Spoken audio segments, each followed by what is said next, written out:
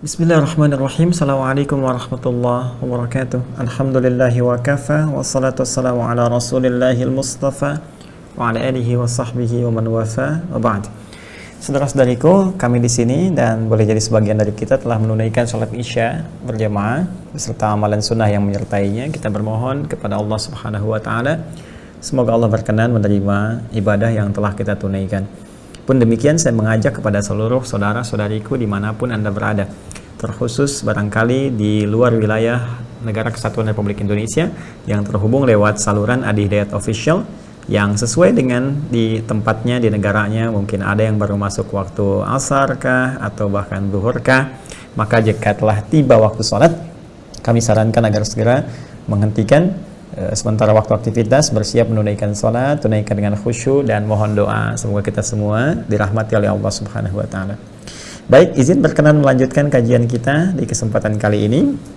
Kita akan lanjutkan dulu pembahasan kita, sesi diskusi dari YouTube ya. Tadi Instagram, kemudian kembali ke YouTube dan kembali lagi ke Instagram. Jadi dua-dua nih. Jadi IG sudah 2, kemudian YouTube 2, kita kembali lagi ke IG, setelah itu kita kembalikan ke YouTube ya. Baik. Assalamualaikum Ustadz dari akun Trisexensis. Baik. Waalaikumsalam warahmatullahi wabarakatuh. Ustadz izin bertanya, apakah jika kita bertawassul pahala kita hilang? Terima kasih sebelumnya Ustadz, semoga Ustadz dan keluarga serta tim KIAI selalu diberikan keberkahan oleh Allah Subhanahu wa taala. Maksudnya, amin. Semoga Allah Subhanahu wa taala senantiasa juga memberkahi Anda, keluarga Anda dan kerabat-kerabat Anda dan memudahkan segala urusan Anda. Ya, dan semoga Allah menyertakan kami dalam kebaikan yang Anda terima. Baik, tentang tawassul. Tawassul itu dalil utamanya ada di Al-Qur'an surah kelima Al-Maidah di ayat ke-35. Ya. Quran surah kelima Al-Maidah di ayat ke-35. Ya, saya tuliskan dulu ya. Teman-teman, Quran surah kelima Al-Maidah. Kita kasih tanda kurung. Nah, ini ya, kita jelaskan supaya nanti tidak ada yang bertanya lagi surah kelima itu surah apa namanya? Ayat ke-35. Ya, di mushaf standar paling kanan sebelah bawah ya. Allah berfirman, ya ayyuhalladzina amanu taqullaha wabtaghu ilaihil wasilah. Ya, jadi saya tuliskan, mohon izin. Ya ayyuhalladzina kan amanu ittaqullaha. Nah, ini kemudian wabtaghu ilaihil wasilah. Nah, ini poinnya. Nah, ini saya garis bawah ya. Ya ayyuhalladzina amanu, hai seluruh orang-orang yang telah menyatakan dirinya beriman kepada Allah Subhanahu wa taala. Hai seluruh orang-orang yang telah menyatakan dirinya beriman kepada Allah Subhanahu wa taala. Ittaqullah, tingkatkan selalu takwa kalian kepada Allah Subhanahu wa taala. Wabtaghu ilaihil wasilah, dan carilah untuk dengan meningkatkan takwa tadi ya.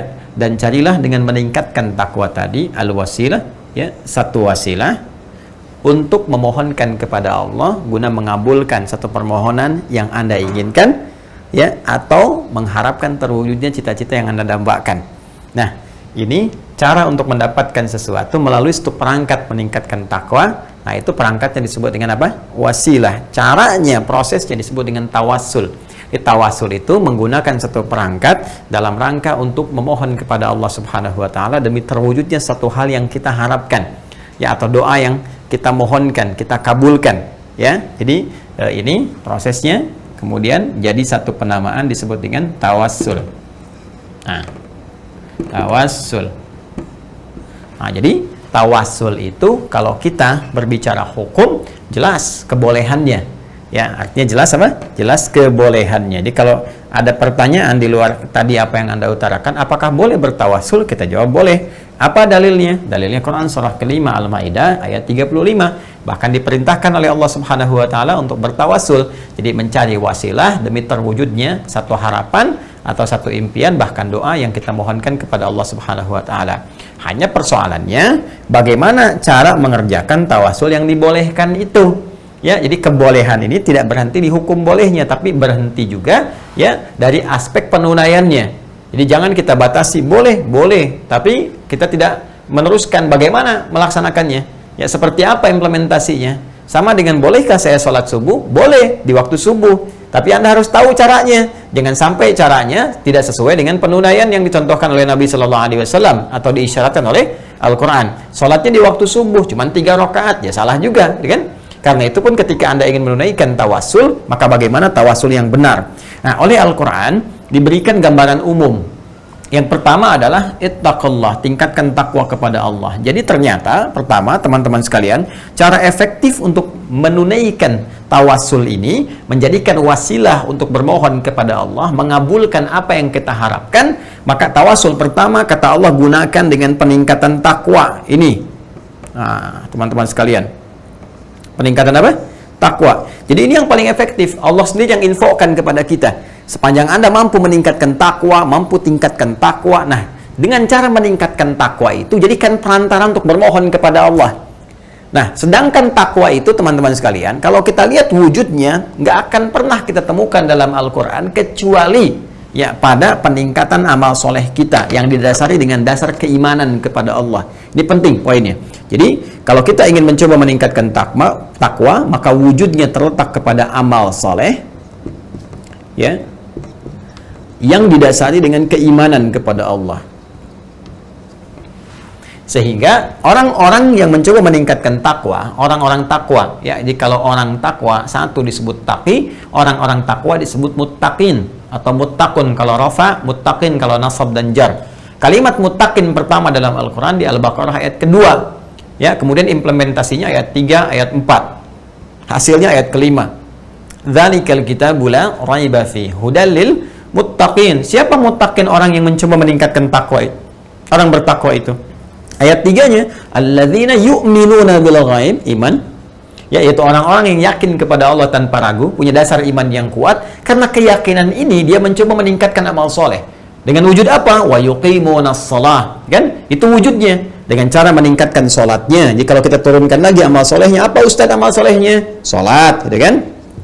Nah, ini teman-teman sekalian. Wa mimma razaqnahum yunfiqun, berinfak dengan amalan harta, gitu kan? Nah, ini walladzina yu'minuna bima unzila ilaik, dia Al-Qur'an, interaksi dengan Al-Qur'an. Nah, ini diantaranya. Ya, jadi kalau kita ingin mencoba bertawasul, kata Al-Quran, coba gunakan tawasul itu. Yang pertama yang paling efektif dengan meningkatkan takwa. Bagaimana meningkatkan takwa ini? Pertama, yakin dulu kepada Allah, jangan pernah ragu. Ya, jadi kuatkan pada jiwa kita keyakinan paripurna terhadap Allah Subhanahu wa taala, dengan segala janjinya, dengan segala perintahnya kita kerjakan dengan baik. Setelah muncul keyakinan itu tanpa ragu sedikit pun, maka kita implementasikan keimanan itu dengan amal soleh. Karena itu sering saya katakan, kata iman di dalam Al-Quran seringkali disertai dengan amal soleh, baik bentuk namanya langsung amal soleh, atau jama' amilus salihat, atau bahkan langsung bentuknya, ya, langsung implementasi amalnya. Seperti Quran surah ke-103, wal 'asr innal insana lafi khusr illal ladzina amanu, nama umumnya wa amilus salihat. Sekarang implementasinya apa? Bentuk amal soleh tadi, amilus salihatnya. Ini di Al-Baqarah ayat 3 dijelaskan, ya, wa yuqimunas shalah, setelah alladzina yu'minuna bil ghaib wa yuqimunas shalah. Salat yang ditunaikan dengan iman, bukan salat biasa. Karena itu saya katakan dasarnya iman. Ya, dasarnya apa? Iman. Karena itu ketika Anda ingin bertawasul, karena Anda ingin punya permohonan, misal saya menginginkan ya Allah bahwa besok ujian saya lancar, ujian saya baik ya Allah. Saya menginginkan ya Allah lahirnya anak-anak yang saleh, yang baik. Saya menginginkan ya Allah pekerjaan yang halal, yang Kau ridhai dan sebagainya. Anda ingin bermohon dan pengen cepat dikabulkan, pengen bertawasul. Maka bagaimana caranya? Anda bisa pilih di antara amal soleh. Kata Allah, coba mulai dengan tingkatkan salat. Ya, bangun misalnya. Ya, karena kalimat as-salah di sana wa yuqimunas shalah, as-salahnya kan menggunakan alif, lam, shad, lam, wawu, ya, kemudian ada fathah tegak di atasnya, tak marhutah, seperti ini. Ya, seperti ini teman-teman sekalian. Kan? Ini bentuk ini bukan sekedar mencakup bentuk yang fardu.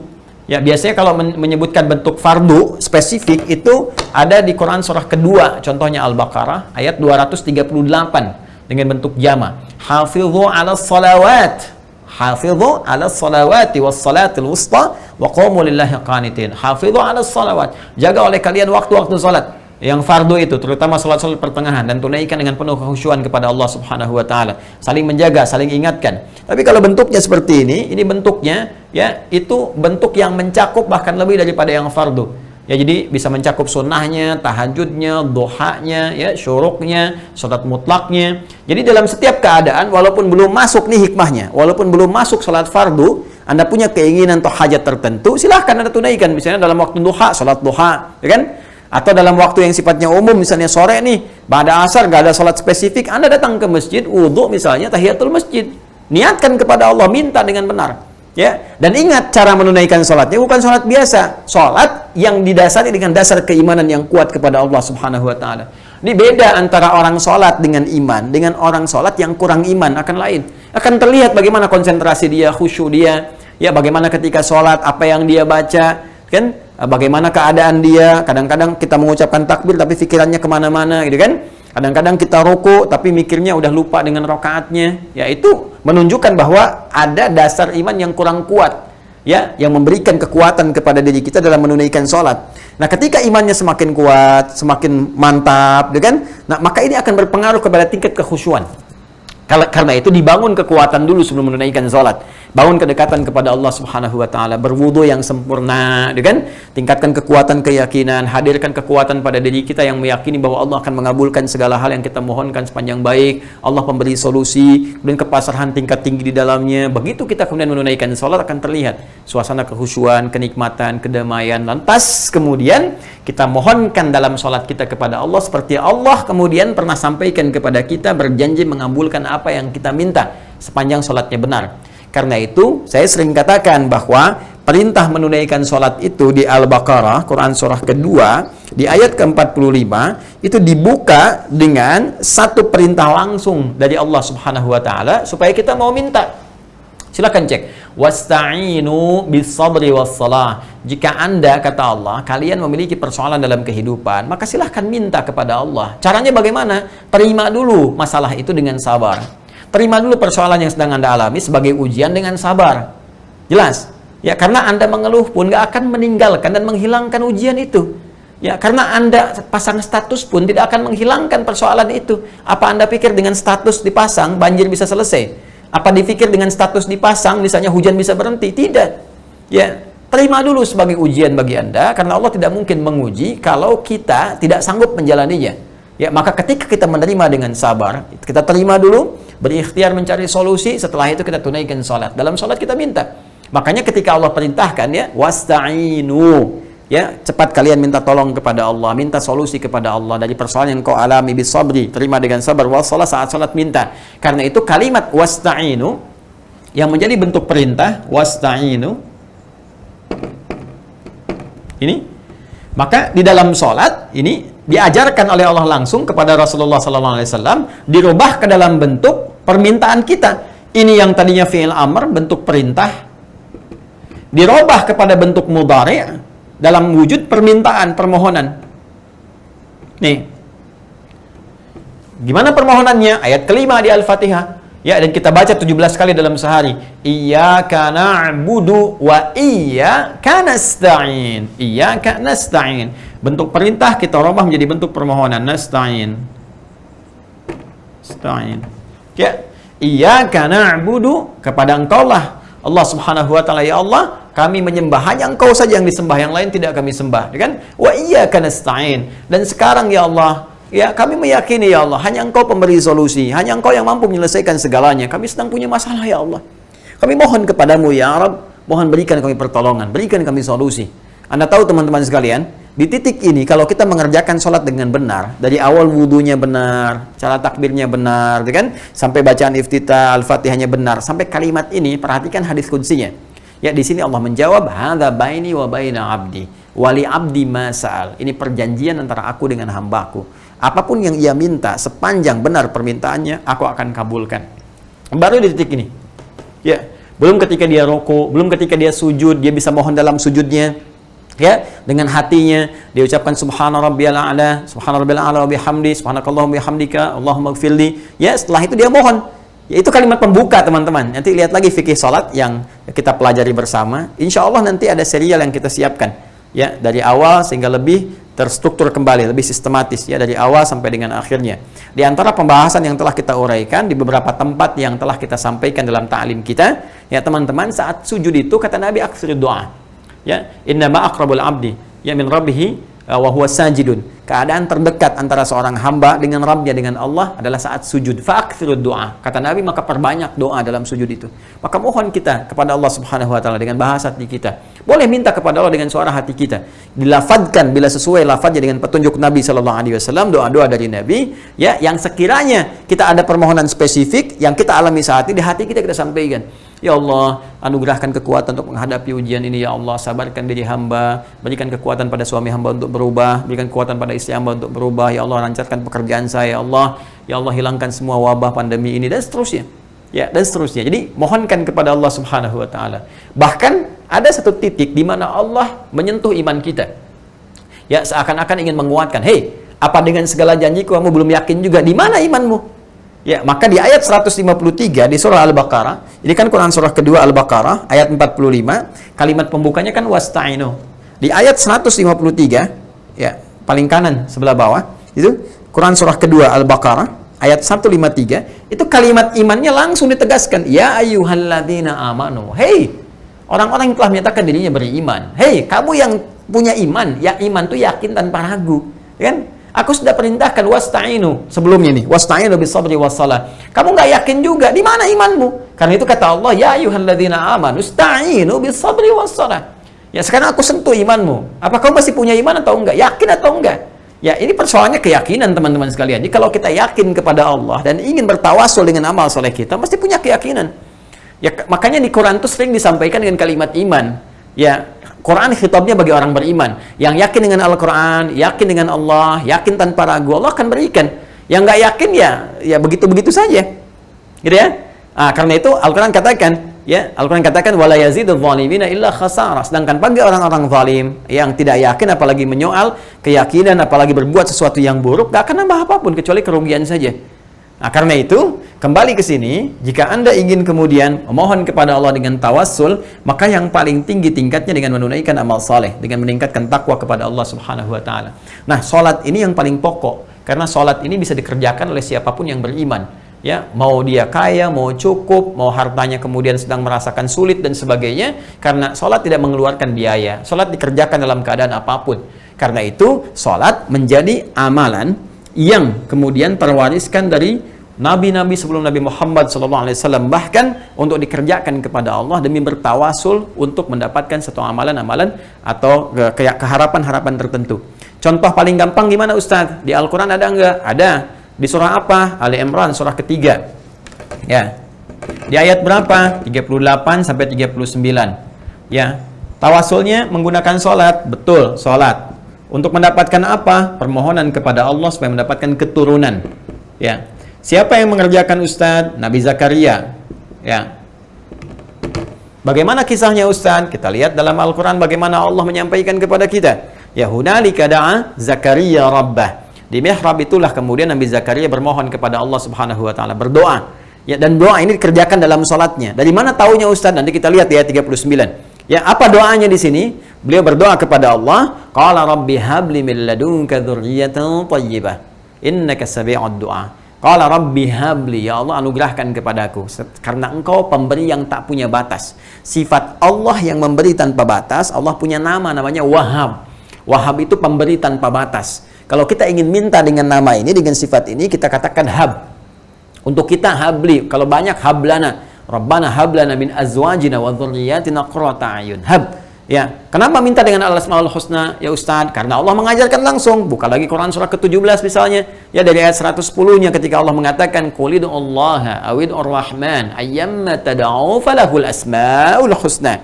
Ya, sebut nama Allah, minta ya Allah, mohon, atau Ar-Rahman. Atau kalau Anda punya permohonan spesifik, maka minta dengan nama Allah spesifik yang sesuai dengan permintaan permohonan Anda. Butuh rizki, sebut ya Razzaq, ya Allah ya Razzaq. Butuh tambahan ilmu untuk menghadapi ujian atau hal tertentu, ya Allah ya Alim. Ya, butuh kekuatan untuk menghadapi satu persoalan, ya Allah ya Sabar. Jadi semua ada di situ. Nabi Zakaria divonis secara medis gak akan mungkin punya keturunan, kata medis. Kenapa? Karena dilihat, oh ini istrinya saja, mohon maaf, monofos dan mandul. Ini nggak bisa. karena manusia mengatakan tidak bisa, mustahil, maka teman-teman sekalian, ini tanda dari Allah langsung. Artinya kalau ada manusia mengatakan ini nggak bisa, ini mustahil, ini tanda dari Allah supaya kita mengingat Allah. Ya, sebab kadang-kadang dibuat tanda ketidakmampuan di manusia supaya manusia ingat lagi kepada yang maha mampu. Sehingga kembali kepada Allah Subhanahu wa ta'ala. Di titik inilah kemudian kalau kita mengalami satu persoalan dalam kehidupan, ketika mereka mengatakan ini mustahil, ini nggak bisa, ini tanda pertama langsung dari Allah, segera tinggalkan opini hamba, bermohonlah kepada Allah, karena ini diberikan jalan bagi Anda untuk mendekatkan diri kepada Allah Subhanahu wa ta'ala. Maka mintalah Nabi Zakaria dengan kalimat hab, dari kata wahab, ya Rabbi habli min ladunka dzurriyyatan thayyibah. Duhai Allah yang maha pemberi tanpa batas, anugerahkan kepadaku ya Allah keturunan. Ya, mohon dengan segala ketetapanmu, karena manusia mengatakan tidak mungkin, dan disinilah engkau memberikan di luar batas kemungkinan manusia. Innaka sami'ud du'a, kau pasti mendengar doa hamba ya Allah. Kalau kepada yang maha mendengar saya tidak mengabulkan, lantas kepada siapa lagi hamba harus memohon? Jelas, apa yang terjadi? Begitu itu dikerjakan sebelum sholatnya selesai, bahkan saat doanya baru selesai, sholatnya belum selesai, ya, itu masih berdiri dalam sholatnya, masih berdiri, bahasa Arabnya disebut qaim. Ya, qaimun. Ya, qaimun. Nah, ini masih berdiri. Jelas. Masih sholat, belum selesai sholatnya, disebut yusolli. Nah, Nabi Zakaria masih berdiri dalam sholatnya, masih sholatnya belum selesai. Jadi, berdiri, ya, mohon kepada Allah. Selesai doanya, belum selesai sholatnya. Apa yang terjadi? Lihat di ayat 39-nya. Di ayat 39, begitu selesai doanya, tiba-tiba fanadathul malaikatu wa huwa qaimun yusalli fil mihrabi. Ya, baru selesai kemudian doanya, belum selesai sholatnya. Tiba kemudian datang malaikat menyampaikan, menyuruh beliau, fanadathul malaikatu, maka menyampaikan malaikat kepada beliau, wa huwa qaimun, sedangkan beliau ini masih berdiri, baru selesai doa, masih berdiri, yusalli, masih sholat, belum selesai sholatnya. Perhatikan, kekuatan sholat yang dilakukan dengan dasar keimanan yang kuat, kepasrahan, keyakinan, sifat qanaah, itu Allahu Akbar, bisa seketika langsung mengabulkan doa, bahkan sholatnya belum tuntas dikerjakan. Ya, annallaha yubashshiruka bi Yahya. Kata malaikat, Allah memberi kabar gembira kepadamu, Allah akan mengabulkan. Ya, Allah telah mengabulkan doamu dan akan menganugerahkan kepada engkau seorang anak laki-laki, langsung namanya diberikan oleh Allah, yaitu Yahya. Ya, berarti hidup. Seorang yang hidup, yang kata manusia mustahil, dari rahim seorang perempuan yang maaf, monopus dan mandul, terakhir bayi yang hidup, kata Allah, dia lahir dan hidup dengan kuasa Allah Subhanahu wa ta'ala. Ini diantara contoh tawasul yang menggunakan apa? Sholat. Ya, ada lagi dengan ibadah, dengan bermohon, dengan peningkatan, seperti yang diuji dengan penyakit. Ya, siapa? Nabi Ayub misalnya, alaihi salam, di Quran surah ke-21. Ya, Quran surah ke-21 di ayat ke-83 sampai 84. Ya, wa ayyuba idnada rabbahu anni massaniya dhurru wa anta arhamur rahimin. Ya, ketika Ayub berdoa, bermohon kepada Allah, bertawasul dengan doanya, dan doa bagian dari peningkatan takwa. Ya, makanya dalam orang-orang yang bertakwa itu diajak untuk berdoa. Dan bukankah sholat itu maknanya adalah doa? As-sholatu hiya doa. Ya, as-sholatu hiya doa. Dan karena itu di sini kemudian Nabi Ayub berdoa kepada Allah Subhanahu wa ta'ala, dan doa itu bagian dari takwa kita. Jadi ketika seseorang beriman banyak berdoa kepada Allah, doa itu bagian dari tawasul kita, minta kepada Allah lewat doa yang kita mohonkan. Ya, tapi apakah sekedar doa itu dipanjatkan biasa? Tidak. Nanti kita akan lihat ayatnya. Ya, ketika Allah menyampaikan wa ayyuba, dan aku buka kisah Ayub alaihissalam, idnada rabbahu, ketika bermohon berdoa kepadanya, kepada Allah Subhanahu wa ta'ala, ya, anni massaniya dhurru wa anta arhamur rahimin. Ya Allah, penyakit ini telah mengganggu saya, menyakiti saya, mengganggu saya untuk menunaikan ibadah dengan sempurna. Jadi Ayub alaihissalam ini masya Allah rajin ibadah. Ya, diuji oleh Allah kemudian dengan hilangnya harta benda, hancur asetnya, makin meningkat ibadah lagi. Wafat, meninggal, ya, keturunannya semua tanpa kecuali, ya, dikisahkan ada 12 anaknya meninggal kemudian seketika 12-nya itu, tapi masih meningkat lagi, bahkan berikhtiar dengan ibadah lagi. Dikasih ujian sakit, masih ibadah lagi, bahkan berikhtiar kepada Allah dengan ibadahnya, dan menikmati, mensyukuri apa yang Allah berikan kepadanya, dan berikhtiar memohon kepada Allah dengan itu semua. Ya, lantas apa yang terjadi? Ya, orang yang rajin ibadah, yang kuat, teman-teman sekalian, itu disebut abid namanya. Ya, Allah itu ma'bud, ya, ma'budul haq. Kita yang menyembah disebut abid. Cara kita menyembah na'bud, ya. Iyyaka na'budu. Allah ma'budul haq, kitanya abid. Ya, hambanya disebut abidun atau abidin, gitu kan? Nah, sekarang perhatikan baik-baik. Apa yang terjadi ketika beliau banyak meningkatkan ibadahnya kepada Allah, memohon kepada Allah, ya ketika sakit, dan sakit itu sudah mulai mengganggu beliau untuk ibadah, menyakitinya. Ya, jadi ketika beliau terima penyakit itu, lancar ibadah, nggak ada masalah. Tapi ketika mengganggu, ya sholat sudah mulai nggak enak, gitu kan? Mau zikir kepada Allah sudah mulai terganggu dan sudah mulai tersakiti, maka memohon kepada Allah Subhanahu wa taala. Ya anni masani yadhurru wa anta arhamur rahimin. Ya Allah, Engkau yang paling sayang kepada hamba. Kalau yang paling sayang saya tidak menyembuhkan, lantas kepada siapa lagi hamba memohon? Ketika itu dilakukan oleh Ayyub alaihissalam, maka apa yang terjadi? Fastajabna lahu. Fakashafna ma bihi min dhur. Enggak pakai lama kata Quran, pakai fa. Harfu atfin rabitin baina syai'aini bila hudud. Ya, sama persis dengan Nabi Zakaria alaihissalam. Zakaria baru berdoa, selesai, langsung dikabul. Ya, harfu atfin rabitin baina syai'aini bila hudud. Huruf yang merangkai dua peristiwa tanpa jeda. Jadi peristiwa ini selesai, yang lainnya datang. Jadi peristiwa pertama berdoa, begitu selesai doanya, datang jawaban seketika, pakai fa. Ya, fastajabna, kami seketika jawab, begitu selesai doanya, kami jawab doanya. Ya, fastajabna lahu fakashafna ma bihi min dhur. Ya, maka ketika kami jawab, kami sembuhkan seluruh apa yang menyakiti Ayyub alaihissalam. Wa atainahu mithlahu ma'ahum, ya, wa atainahu ahlahu wa mithlahu ma'ahum rahmatan min indina. Kemudian tidak cukup kami sembuhkan, kami balikin lagi harta benda yang hilangnya, keluarga yang meninggal. Kemudian setelah itu, ya, datang teman-teman sekalian, orang-orang ketika mendengar Ayub sembuh. Ayub itu orang baik, ya, suka berbagi dengan orang-orang. Ketika mendengar sembuh, datang orang bawa lagi harta benda, ngasih selamat, ngasih ini, ngasih itu, sehingga hartanya 2 kali lipat dari sebelumnya. Kemudian istrinya bergaul kembali, lahir, setiap lahiran kembar sampai, ya, umithlahu ma'ahum, lahir 24. Ya, jadi karena kembar 12 kali, kemudian melahirkan 24. Yang sebelumnya 12 anaknya, kemudian diuji dengan meninggal, lahir lagi, diganti oleh Allah Subhanahu wa taala dengan 24 yang baru, keturunan baru. Jadi sehat lagi, harta bertambah, yang paling luar biasa adalah keturunan pun kemudian menjadi lebih baik. Ya, dan yang paling dahsyat belum selesai ayatnya. Wa dzikra lil abidin. Ini kata Allah mesti menjadi zikrun, inspirasi untuk meningkatkan ibadah. Ya, ibadah. Wa dzikra, ini mesti menjadi pengingat. Zikir itu amalan yang kita kerjakan untuk mengingat Allah Subhanahu wa taala. Di setiap aktivitas yang kita kerjakan untuk mengingat Allah sehingga tersambung kita dengan Allah disebut zikrun namanya. Sehingga salat disebut dengan zikir. Quran surah ke-20 ayat 14. Ya wa aqimis salata li dzikri. Innani anallahu la ilaha illa ana fa'budni wa aqimis salata li dzikri. Berdoa disebut zikir karena saat doa kita ingat dengan Allah. Quran surah ke-7 ayat 205. Wadhkur rabbaka fi nafsika tadarruan wa khifatan wa dunal jahri minal qaul. Kita kalimat thayyibah subhanallah, alhamdulillah, Allahu akbar, istighfar, itu zikir yang kita kerjakan ba'da salat. Quran surah ke-4 misalnya An-Nisa ayat 103. Fa idza qadaitumus salata fadhkurullah. Semua ibadah yang kita kerjakan untuk mengingat Allah disebut dengan apa? Zikir. Saat kita tunaikan ibadahnya menyembah Allah dengan kekhusyuan, dengan dasar iman yang kuat disebut dengan abid. Maka Allah katakan wa dzikra lil abidin. Artinya, kalau Anda mau teman-teman sekalian, tingkatkan ibadah Anda kepada Allah. Silahkan berikhtiar. Saat sakit, seperti Nabi sampaikan, ikhtiar. Ya, Anda ikhtiar, cari obat misalnya, obat ke medis dan sebagainya. Bersamaan dengan itu, ikhtiar Anda bermohon kepada Allah. Mintalah Allah kepada Allah Subhanahu wa taala. Ya, minta penyembuhnya. Allah Asy-Syafi, Allah yang menyembuhkan.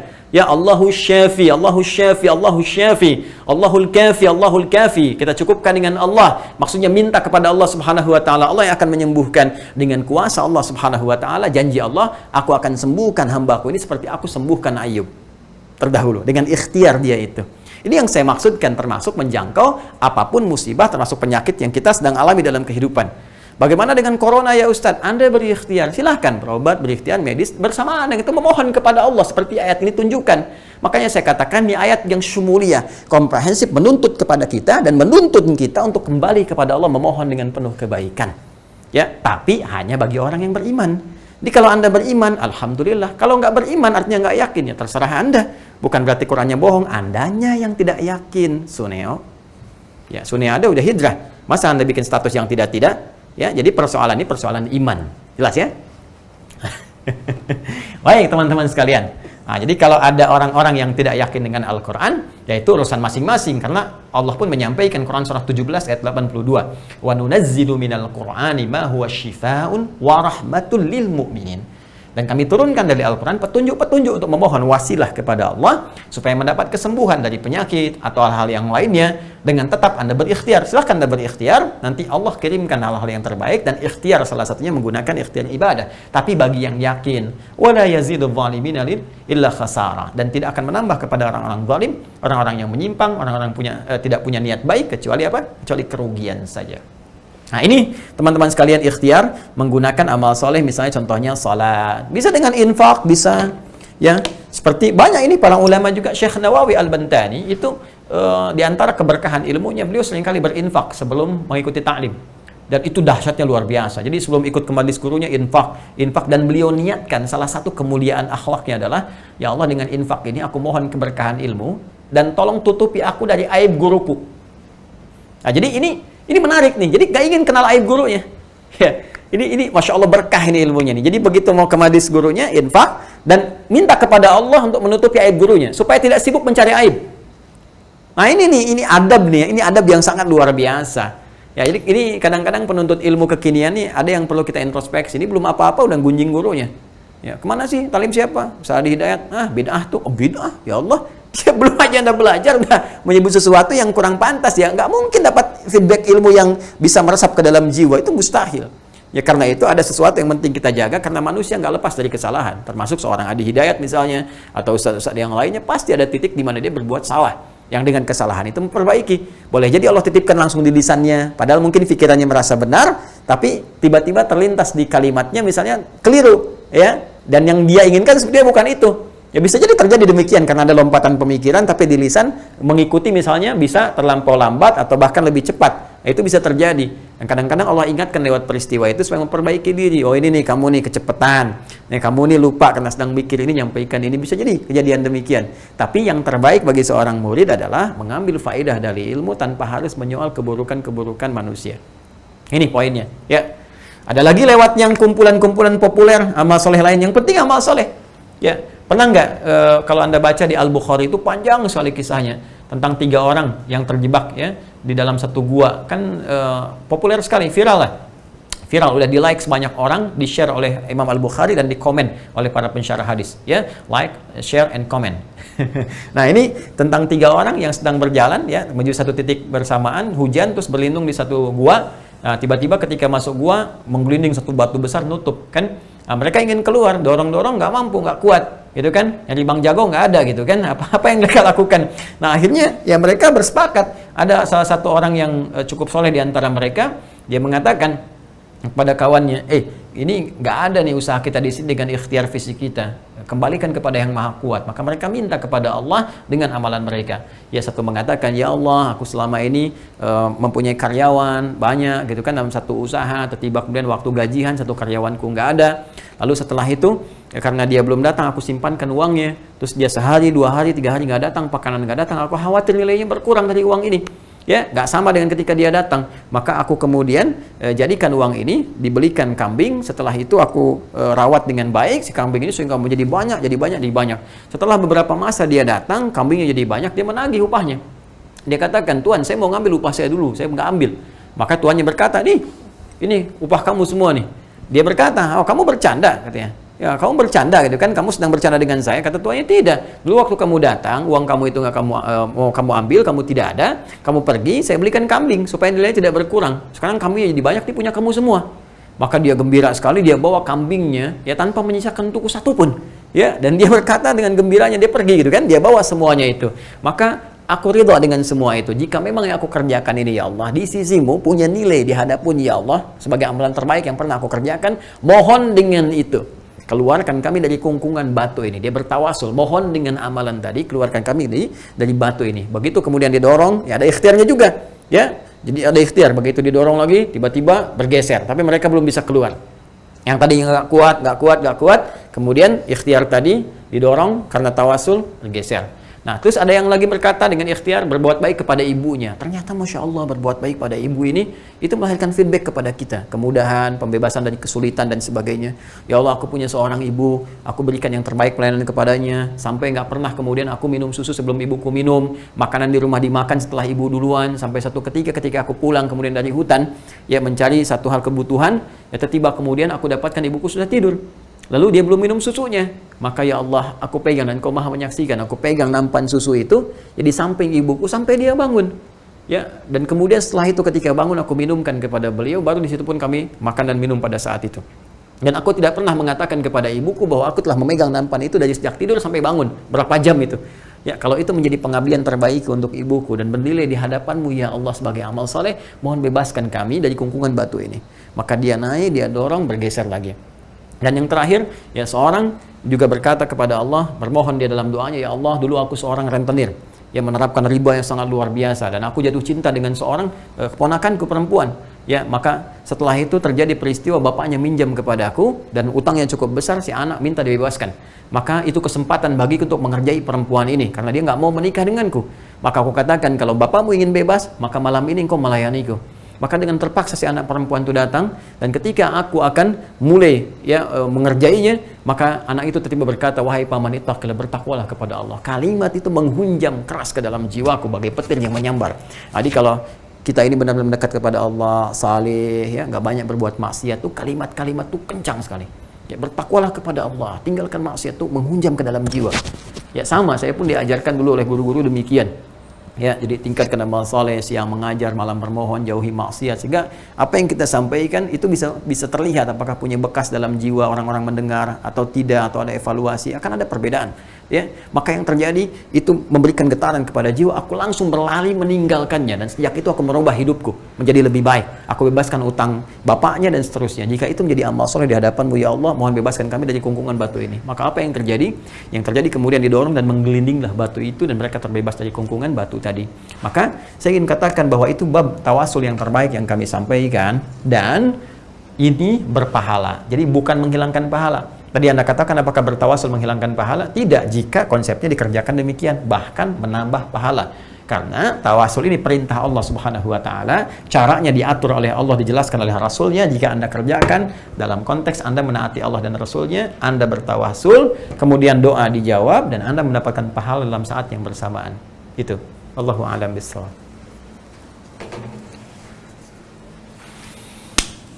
Ya. Jadi kalau Anda ingin memilih, ya sudah yang jelas-jelas saja. Kalau yang nggak jelas, misalnya ada khilaf bagaimana Ustadz, ya Anda pilih yang paling kuat. Tapi kalau Anda ragu, ya sudah yang jelas saja. Ya, yang jelas saja itu yang Anda kerjakan, itu yang paling baik. Jadi jangan sampai bertawasul dengan benda-benda tertentu, misalnya dengan keris, ya, dengan apalagi misalnya batu, ya, dengan apalagi dengan yang haram-haram, yang musyrik, ya musyrik sifatnya, jenglot apa, datang ke apa namanya, siapa yang anormal, ya, yang tidak normal misalnya kan, yang seperti itu ya tinggalkanlah. Dukun-dukun yang saya juga nggak ngerti ya, dukun-dukun sekarang itu bertransformasi menggunakan pakaian-pakaian para ustadz, itu yang jadi masalah gitu. Ustadz pakai sorban, dia pakai sorban, jadi kan bahkan kadang-kadang sorbannya lebih panjang daripada Batman, ini jadi masalah juga gitu. Ya, dia pakai, ustadz pakai jubah, dia pakai jubah. Ntar besok ustadz pakai helm, dia pakai helm juga gitu kan. Nah, ini apa namanya yang harus diperbaiki. Ya, hati-hatilah. Kalau udah jelas dukun, tinggalkan. Ya, dukun apapun namanya. Ya, mau paranormal, mau penerawang, mau orang pintar, mau macam-macam, ya tinggalkan. Hal seperti itu, dan itu perbuatan syirik yang sangat tidak disukai oleh Allah Subhanahu wa taala. Jadi itu teman-teman sekalian tentang tawassul. Sekarang kita kembali lagi ke YouTube. Baik. Assalamualaikum warahmatullahi wabarakatuh. Assalamualaikum warahmatullahi wabarakatuh. Dari akun Dapur Umat. Masya Allah, umat punya dapurnya. Baik, mudah-mudahan di dapur itu ada menu-menu yang baik-baik untuk umat. Ya. Dapur Umpat ini. Oh, ini dapur Umpat, dapur umat. Mana yang nulis ini? Siapa ini admin? Ini copy paste apa disalin lagi? Di copy paste. Baik, dapur Umpat bukan umat. Baik. Assalamualaikum warahmatullahi wabarakatuh. Waalaikumsalam warahmatullahi wabarakatuh. Izin bertanya Pak Ustadz Adi. Baik. Bagaimana hukum mencicil atau gadai emas di bank syariah, dan bila sudah terlanjur melakukan hal tersebut, apa yang harus saya lakukan? Terima kasih. Semoga Pak Ustadz Adi, keluarga dan tim selalu dalam lindungan Allah Subhanahu wa taala. Semoga Anda dan keluarga di dapur dan teman-teman semuanya juga mendapatkan berkah Allah Subhanahu wa taala, rahmat Allah, dan dilindungi dari segala hal yang buruk. Saya senang dengan pertanyaan ini. Ini menjadi pertanda bahwa ada kebaikan dalam jiwa kita untuk memastikan apa yang kita kerjakan benar dalam pandangan Allah Subhanahu wa taala. Baik, hukum gadai emas, ya, mencicil dengan gadai emas sepanjang dilakukan di bank syariah itu boleh-boleh saja, sepanjang hukum syariah yang dipakai, yang diterapkan. Ya, karena sifat menggadaikan itu rahin atau marhun alaih, itu yang sesuatu yang digadaikan ada di Quran. Ya, gadai itu ada di Quran. Di Quran surah kedua Al-Baqarah di ayat 283. Ya, wa in kuntum ala safarin wa lam tajidu katiban farihanum maqbudah. Ya, dan jika engkau dalam perjalanan kemudian ingin melakukan transaksi tertentu dan tidak ada yang nulis di situ, ya maka boleh engkau kemudian jadikan satu gadaian. Ya, jadi satu gadaikan. Farihanum maqbudah, ada gadai jaminan yang dipegangkan sebagai jaminan gadai dari apa yang engkau pinjam ya atau transaksi yang engkau lakukan. Jadi gadai itu dibahas di Al-Qur'an, cuma nanti detail prosesnya juga diterangkan ya, bahkan dijelaskan dengan perinci oleh para ulama. Dan syariah saya kira di LKS ya, lembaga keuangan syariah baik itu di bank dan sebagainya itu sudah mengatur, disampaikan dengan jelas, bahkan ada fatwa tahun 2002 tentang itu.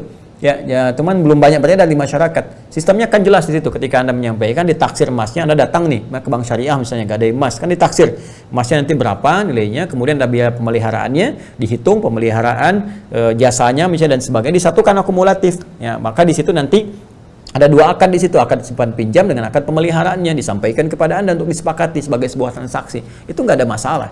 Itu nggak ada masalah ya, sepanjang nanti berlangsung secara syar'i. Jadi ada syariat yang tidak dilanggar. Ya, kecuali nanti ada unsur-unsur tertentu yang bertentangan dengan syariah, di luar-luar konteks syariat, misalnya ada riba dan sebagainya, ya ada yang tidak sebanding antara yang digadaikan dengan yang diberikan, ada pinjaman yang bertambah gitu ya, itu biasanya di luar konsepsi syariah.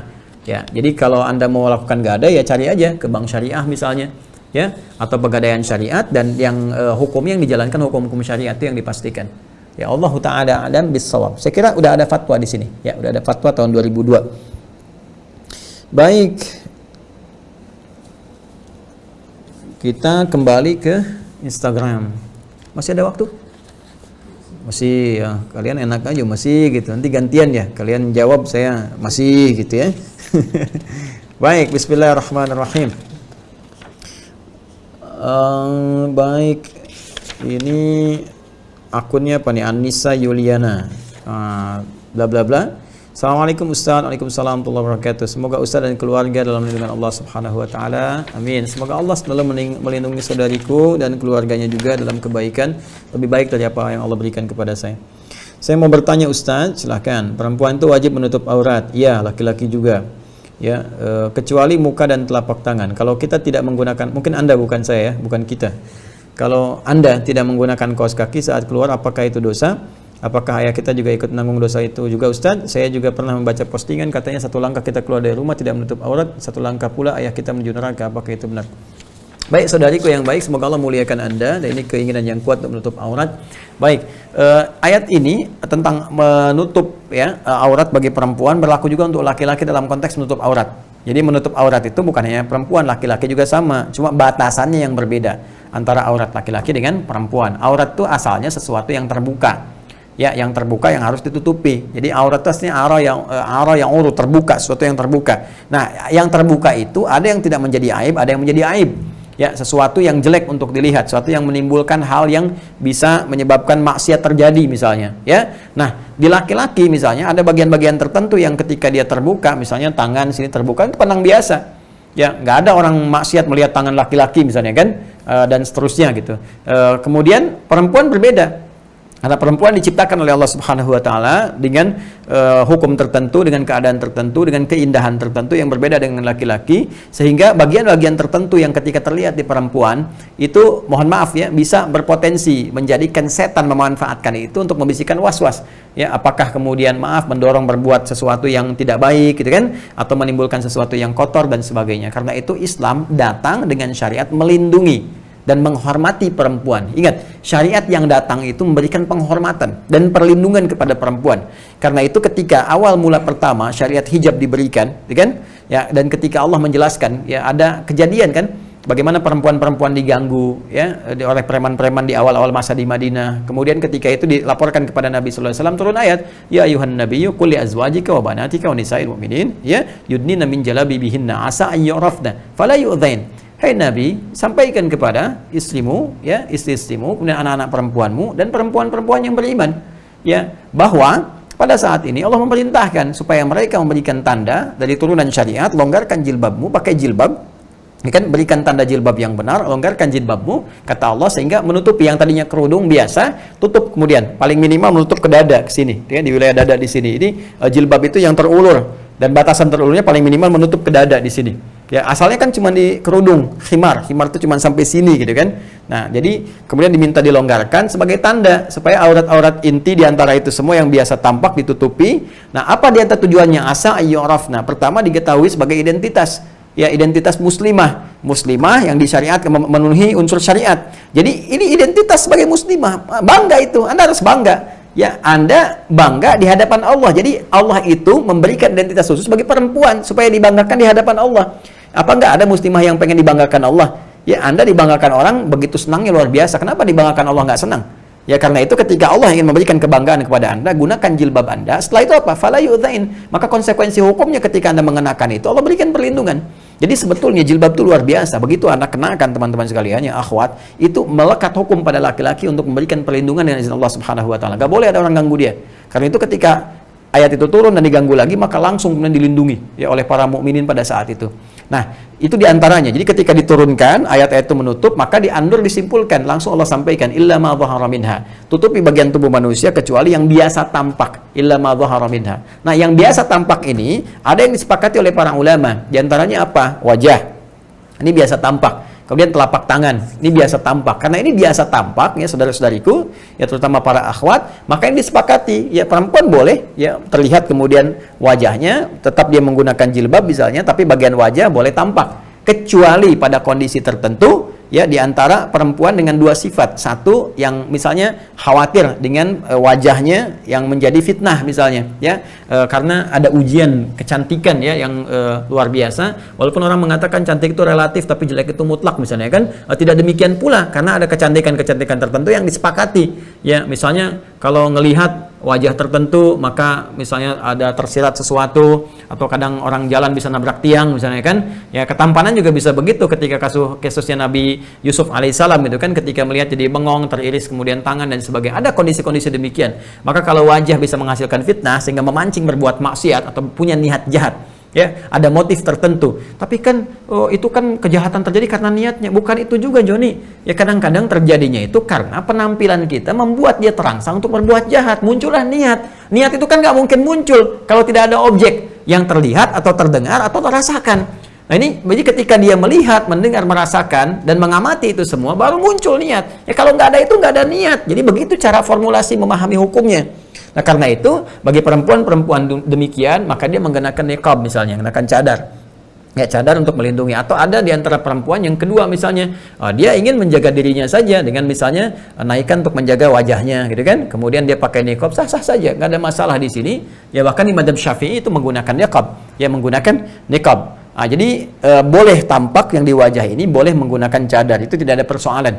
Ya itu satu wajah. Kemudian telapak tangan boleh tampak. Adapun bagian kaki, di sini ada khilaf. Ya khilaf. Abu Hanifah mengatakan itu hal yang biasa lumrah, terutama bagi kalangan tertentu gitu. Kalangan tertentu seperti yang pekerjaan-pekerjaan ya di dunia rumah tangga, misalnya kan mau beli sayur, beli macam-macam, ya mau beli sayur pakai kaos kaki lagi, pakai enggak lagi. Di kalangan-kalangan tertentu di madzhab Hanafi membolehkan itu dengan kondisi-kondisi yang tertentu. Kecuali kalau di sekitarannya misalnya ada hal-hal yang memang harus disupport untuk ditutupi secara langsung, misalnya bisa mengundang pandangan tertentu atau hal tertentu, punya niat-niat yang buruk yang terkondisikan dengan melihat itu karena keadaannya bisa berbeda. Seperti di Arab itu ada wilayah-wilayah tertentu, teman-teman sekalian, yang memang nggak boleh sedikit pun terbuka. Ya makanya di sana ada yang pakai cadarnya, ada yang matanya aja kelihatan, ada tangannya bahkan ditutup pakai sarung tangan, kan sampai ke kaki, kecuali dalam keadaan tertentu. Karena memang ada sebagian suku yang ketika melihat satu bagian tertentu, nah itu hasrat, godaan setan dan sebagainya itu bisa muncul. Nah jadi dalam konteks ini bagi perempuan yang biasa tampak itu wajah, kemudian telapak tangan. Jikapun ada pekerjaan tertentu yang sekiranya menjadikan kakinya bagian tertentu terbuka, maka tidak terlampau harus banyak terbuka, cari longgaran yang bisa menutupi. Jadi perempuan itu harus isbal. Ya perempuan itu menutupi ke bagian bawahnya. Maka jalan keluarnya kalau Anda dalam kondisi sedang demikian, ya maka Anda bisa gunakan yang lebih longgar sifatnya. Dan kalau baiknya kalau keluar itu menggunakan kaos kaki, ya. Menggunakan apa? Kaos kaki. Jadi kalau ayah Anda udah menasehati, udah memberikan yang terbaik, tapi dalam keadaan misalnya tetap sengaja ada perempuan membuka aurat dan sebagainya, maka tidak ada dosa yang mengalir kepada ayah. Kecuali kalau orang tua memfasilitasi, ini yang bahaya. Hati-hati para orang tua ya, melihat tayangan ini, justru orang tua memberikan pakaian-pakaian yang membuka aurat misalnya. Ya alih-alih ditutup, cariin pakaian yang sobek. Orang buat nutupin, cari yang sobek. Ngapain beli pakaian sobek? Wong jahitannya aja nggak sempurna gitu kan. Ya Anda kan cari pakaian tuh buat menutupi. Ya kalau disobek ngapain dibeli gitu kan. Jadi mohon izin ya, mohon maaf ya, ini kan cara berpikir saja gitu, bukan model, tapi dalam konteks ini adalah menutupi bagian-bagian yang tidak harus tampak keluar. Jadi untuk perempuan sekali lagi, kalau dia keluar yang bukan mahramnya, maka yang disepakati untuk bisa dia tampak adalah bagian muka, wajah dengan telapak tangan. Adapun bagian kaki itu khilaf di dalamnya. Mazhab Hanafi membolehkan kalau dalam rutinitas yang biasa. Ya, tapi jumhur ulama lebih tetap mengatakan itu bagian dari aurat yang harus tutup menggunakan kaos kaki. Jadi saran saya pakai kaos kaki. Ya, pakai kaos kaki. Kalau tidak sengaja dalam kondisi tertentu, ya tidak ada masalah. Hukum tidak terletak kepada ketidaksengajaan. Ya, jadi kalau ada sesuatu yang terjadi karena kondisi darurat tertentu atau hal yang terjadi yang nggak bisa dihindari, gitu kan, maka itu tidak ada masalah. Ya, terjebak banjir, kemudian kaos kaki kotor, bisa menyebabkan kuman dan sebagainya. Tiba-tiba Anda mesti buka, itu kan kondisi darurat yang tidak sama dengan yang lain-lain sebagainya. Ya Allah Ta'ala a'lam bis-shawab. Saya pikir saya ingin coba lihat yang real time ya. Saya coba buka dulu. Bismillah. Kita lihat nih teman-teman sekalian yang tersambung dengan kita. Ini mungkin baru ya, yang biasanya kita print out ya. Tapi ini kadang-kadang suka sulit ya kalau langsung begini. Kita coba deh. Bismillah. Baik Mas Irfan, Assalamualaikum Ustaz. Assalamualaikum warahmatullahi wabarakatuh. Saya berhijrah, saya baru berhijrah. Baik, saya tadi jelaskan tentang hijrah. Semoga Allah bimbing Anda, Mas Irfan. Saya bekerja di SPBU dan untuk transaksi ada pembulatan nominal sehingga ada selisih dari nilai asli dengan nilai yang diambil. Apakah itu termasuk riba? Tergantung kepada komunikasinya. Ya, jadi kalau Anda sampaikan kepada pelanggan, konsumennya ketika dia diisikan dan sebagainya, pas pembayaran Anda tunjukkan, ini sekian ya. Pak Ibu nilainya, misalnya ada pembulatan segini, apakah Bapak Ibu berkenan? Kan kalau dia katakan nggak ada masalah, misalnya khususnya kalau dibulatkannya mengambil bagian dari dia. Misal ketika dijadikan misalnya harus bayar Rp297.325 ya kan. Nah, yang ada dia bayar 300.000, Anda kembalikan misalnya di 2.000 ya, 2.000 sekian, pembulatannya di 25-nya itu nggak ditemukan. Ya, 25 nggak ditemukan, maka Anda katakan kepadanya, Pak, boleh nggak dibuatkan ke 50-nya, yang kembalinya ada 50. Anda katakan dulu. Ya, begitu dia katakan nggak ada masalah, Pak. Atau bahkan dia katakan ambil aja yang 50-nya, Bapak cukup berikan 2.000 saja. Nah, itu sepakat antara din. Ya, jadi satu keridhaan saling bersama. Ya, tapi kalau misalnya ini dia kelebihan, misalnya Anda yang harus dibayarnya bilnya misalnya 28.910, gitu kan? Nah, karena pembulatan ditarik ke bawah. Ya, 28.900 gitu kan. Nah, 10-nya ini karena kan dirugikan di sini. Ya, maka lihat sistem ke atas. Bagaimana bos Anda mendiskusikan. Kalau kata bos Anda, kalau kita misalnya bulatannya ke bawah nggak ada masalah di situ, maka itu tidak terjadi unsur riba di sini. Karena ada izin yang diberikan, ya dianggap sebagai sebuah pembelian. Tapi kalau terkait dengan pembeli atau pengisi, maka Anda harus sampaikan di sini, Pak, ininya seperti ini gitu kan, kembaliannya segini. Kadang-kadang kalau kita menggunakan pembelian dengan pembayaran elektronik itu bisa pas diberikan tanpa pengurangan. Tapi kalau pembayaran cash misalnya, kadang-kadang terjadi situasi seperti itu. Maka jalan terbaiknya sampaikan kepada pelanggannya ya, atau konsumennya, diterangkan dengan baik, dan jika dia ridha mengatakan nggak ada masalah di sini gitu kan, maka silahkan itu. Oh, saya nggak mau, tetap harus dikembalikan 10-nya mana gitu kan, ya Bapak sedot aja Pak bensinnya ya, yang senilai 10 liter, canda misalnya kan. Gini dia katakan, Pak, kalau mau seperti itu, oke, kita paskan aja, bulatkan ya, jadi dikasihkan lagi sehingga keluar, sehingga ada bulatan yang sama. Wallahu ta'ala alam bis-shawab. Baik, kita lihat lagi terakhir ya, dari akun Viadara. Bismillahirrahmanirrahim. Assalamualaikum Ustaz. Waalaikumsalam warahmatullahi wabarakatuh. Saya mau tanya tentang hutang puasa. Karena saya pernah tidak puasa ketika saat mengandung karena saya tidak kuat saat itu. Bagaimana cara membayar fidyahnya? Jangan langsung disimpulkan fidyah dulu, saudariku. Ya, karena di Al-Baqarah ayat 184, ya ayyaman ma'dudat, faman kana minkum maridan aw 'ala safarin fa iddatum min ayyamin ukhra. Kalau Anda dalam kondisi sedang menunaikan puasa itu kan ada kondisi-kondisi sakit ya, atau dalam perjalanan, yang dua kondisi ini sebetulnya ini gambaran dari kondisi menyulitkan untuk puasa, sehingga dikiaskan ya, seperti halnya misalnya orang yang sedang mengandung ya dia mencoba untuk menunaikannya tapi tidak kuat, ya ada satu yang dikhawatirkan mengganggu mungkin kepada janinnya atau pribadinya nggak kuat menunaikannya, seperti orang sakit yang tidak mampu untuk puasa, ketika dia mau tunaikan dia nggak mampu, ya, atau ada kekhawatiran tertentu, dia bisa, dia nggak sakit cuma khawatir, cuman dalam kasus ini kan karena tidak kuat, ya maka diposisikan sebagai orang yang sakit. Maka bagaimana cara dia kemudian mengganti puasanya? Jangan disimpulkan kepada fidyah dulu, ya, fa'iddatu min ayamin ukhar, maka yang dia mesti lakukan, dia bisa ganti di hari lain dulu, ya. Jadi setelah dia kemudian melahirkan, selesai dalam masa pelahiran itu sambil menyusui, dia coba cicil misalnya, bisa ketinggalan 10,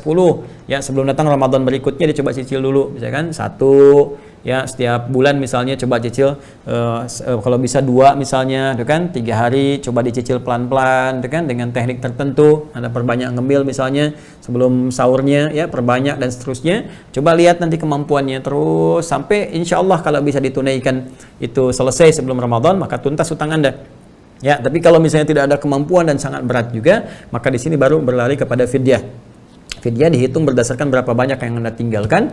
Ya, yang kadang-kadang kan begini, sudah misalnya mengandung, melahirkan gitu kan, dalam masa menyusui tiba-tiba mengandung lagi misalnya. Nah, itu kan sehingga double kepada Ramadan berikutnya bisa terjadi. Dan kalau berat demikian terakumulasi, boleh sebagiannya kemudian menggunakan fidyah dalam kondisi yang sulit untuk dibayar dengan hari-hari menunaikan ibadah puasa. Maka tinggal dihitung berapa hari di situ Anda, kemudian diukur makan Anda, porsinya berapa dalam sehari, 3 kali makan.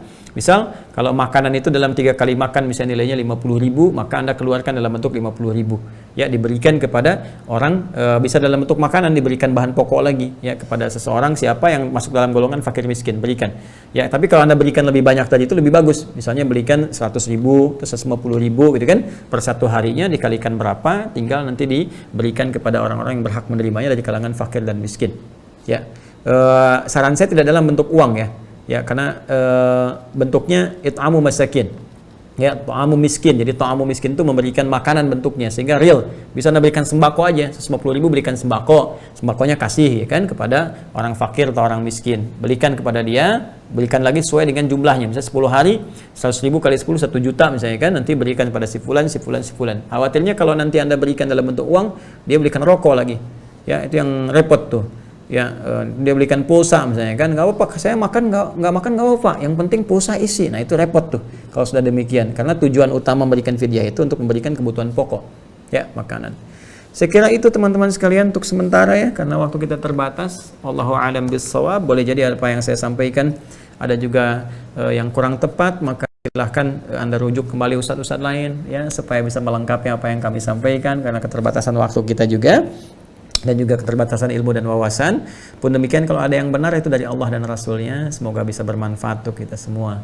Izin menyampaikan informasi teman-teman sekalian, bahwa alhamdulillah ini dalam progres, dalam pekan ini selesai insyaallah 5.000 paket baru, Masya Allah, alhamdulillah, dan akan dibagikan gratis seperti kami sampaikan, ya. Jadi ini pun yang sudah daftar STWH, kita sudah persiapkan pembagian gratisnya. Satu paket-paket sudah kami kemarin siapkan 1.000 paket lagi, karena yang terdaftar kemarin ada 700 tambahan-tambahan, yang hampir tiap bulan itu ada.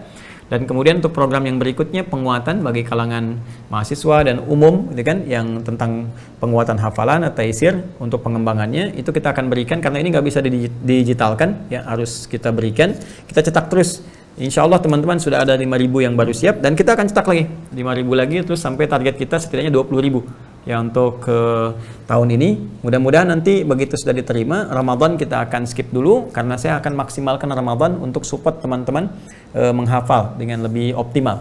Ya, alhamdulillah yang sudah setoran Al-Fatihah saya lihat sudah cukup banyak, di atas 50.000 setoran Al-Fatihah. Saya sangat senang sekali, ya, dari setoran-setoran ini, dari setoran Al-Fatihah dan hafalan-hafalan yang lainnya.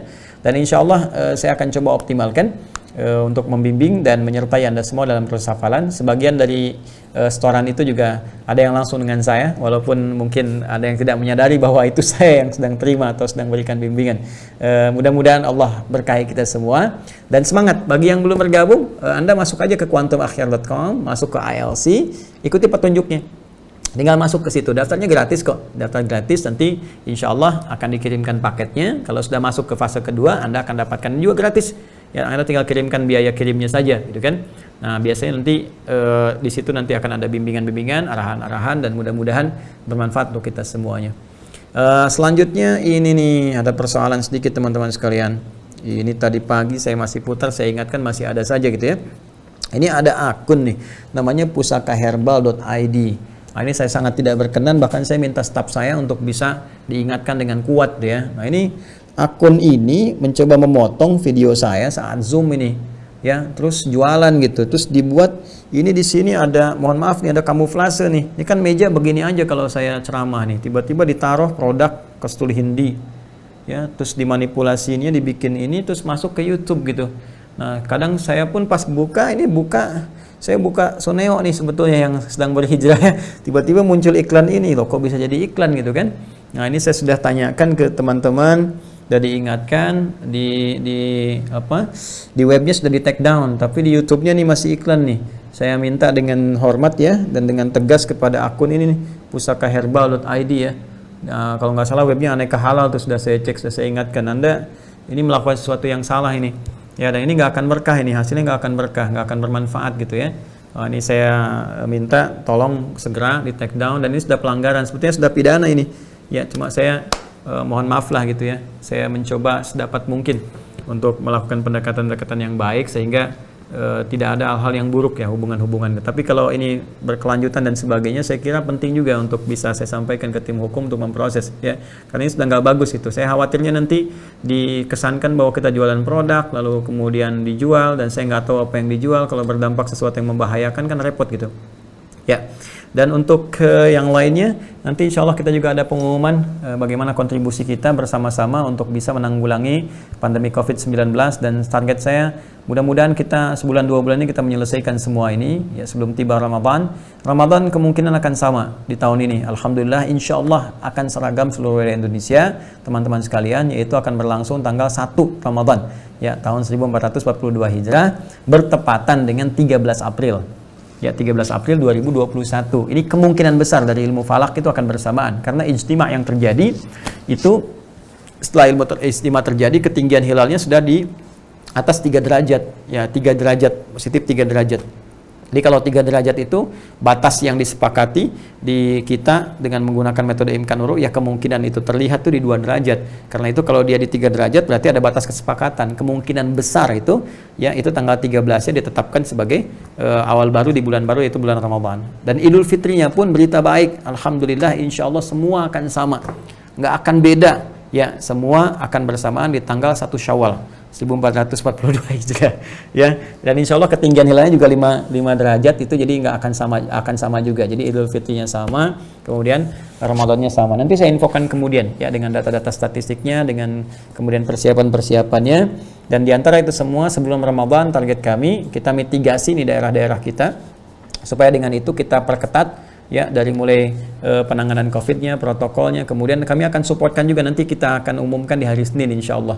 Ya, jadi apa yang saya umumkan hari Senin dengan izin Allah Subhanahu wa taala, saya akan sampaikan progres yang kita lakukan untuk berkontribusi menangani COVID ini, pandemi ini dari awal seperti apa, dari sejak tahun lalu, karena ini sudah 1 tahun.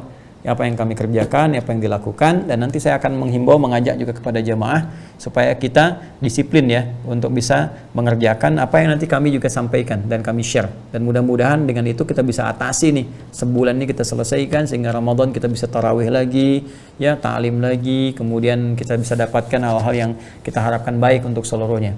Demikian teman-teman sekalian, semoga Allah sayangi kita semua, maafkan kesalahan kita, ampuni dosa-dosa kita, dan dengan itu mudah-mudahan Allah turunkan curahkan rahmatnya kepada kita semua. Allahumma taqabbal minna innaka antas sami'ul alim wa tub 'alaina innaka antat tawwabur rahim. Allahumma ij'alna min ahlil Qur'an waj'alil Qur'ana sahiban lana fid dunya wa syafi'an lana fil akhirati ya arhamar rahimin. Rabbana atina fid dunya hasanah wa fil akhirati hasanah wa qina adzabannar. بفضلك سبحان ربك رب العزة عما يصفون وسلام على المرسلين وآخر دعوانا سبحانك اللهم وبحمدك أشهد أن لا إله إلا أنت نستغفرك ونتوب إليك والحمد لله رب العالمين. السلام عليكم ورحمة الله وبركاته.